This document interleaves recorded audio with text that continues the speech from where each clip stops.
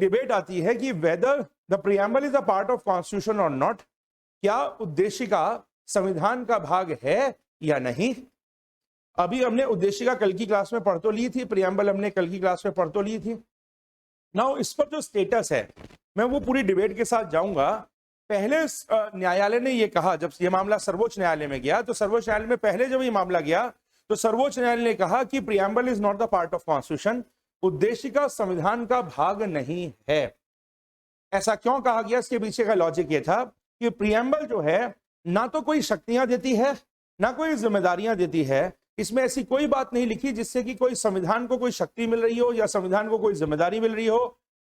और प्रियम्बल जो है कॉन्स्टिट्यूशन के किसी भी प्रोविजन को पर असर नहीं डालती, उसको इफेक्ट नहीं करती। अगर हम संविधान से प्रियम्बल के चैप्टर को अलग भी कर दें, संविधान के आर्टिकल 1 से लेकर 395 तक के सारे टाइटल्स जो हैं एज इट इज बने रहेंगे, उन पर कोई असर पड़ने वाला नहीं है। एक्सक्लूसिवली ना तो कोई सब्सटेंशियल पावर कॉन्स्टिट्यूशन को मिलती है, ना ये उस पर कोई सब्सटेंशियल रेस्ट्रिक्शन लगाती है। इसलिए without preamble we can imagine the constitution, तो इसलिए प्रियम्बल को कॉन्स्टिट्यूशन का पार्ट ना माना जाए।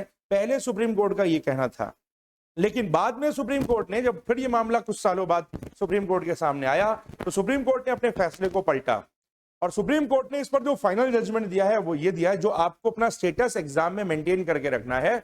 जजमेंट ये दिया है कि preamble is a part of constitution. क्यों उन्होंने माना, इसलिए माना क्योंकि जो संविधान है उसको समझने में प्रियम्बल हमारी बहुत मदद करती है। संविधान के किसी प्रोविजन को लेकर के अगर हमें कोई डाउट है, हमारे को कोई कंफ्यूजन है, उस कंफ्यूजन को दूर करने में प्रियम्बल मदद करती है, क्योंकि प्रियम्बल हमें डायरेक्शन देती है कि हमें उस प्रोविजन को किस डायरेक्शन में समझना है।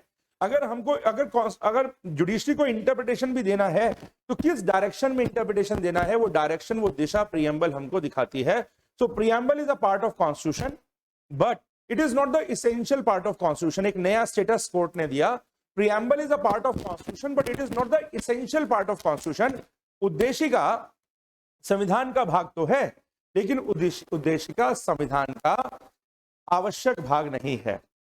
It is ornamental part of constitution, यह संविधान का अलंकृत भाग है, संविधान का आभूषणात्मक भाग है। ठीक है, तो it is ornamental part of the constitution. ये ऑर्नामेंटल है, ये जो है अलंकृत भाग है, ये संविधान का आवश्यक भाग नहीं है। हटा सकते हैं, लेकिन हटाने की जरूरत क्या है, जब ये हमारा पर्पस सॉल्व कर रहा है, ये चीज है। और क्योंकि प्रियम्बल कॉन्स्टिट्यूशन का पार्ट है, इसलिए प्रियम्बल में अगर कोई भी चेंज होगा, तो प्रियम्बल में कोई चेंज अगर होगा तो फिर जो है वो संविधान संशोधन की जो प्रक्रिया आर्टिकल 368 में है, जिसमें स्पेशल मेजॉरिटी चाहिए होती है, उसी से चेंज होगा, वैसे नहीं होगा।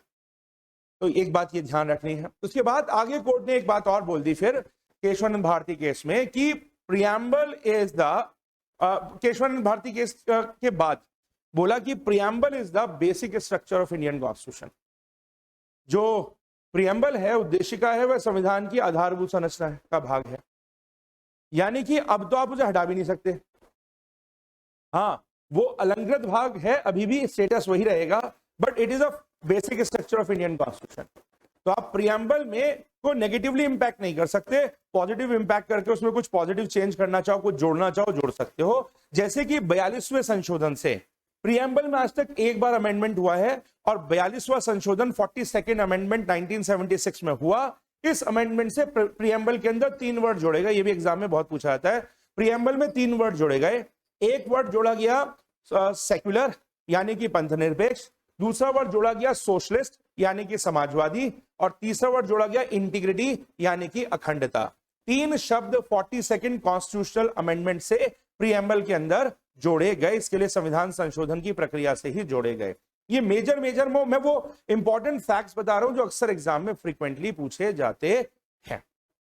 ठीक है, संविधान को समझने की कुंजी वो कौन है, यानी की टू अंडरस्टैंड द कॉन्स्टिट्यूशन, वो कौन है, वो भी प्रियम्बल है।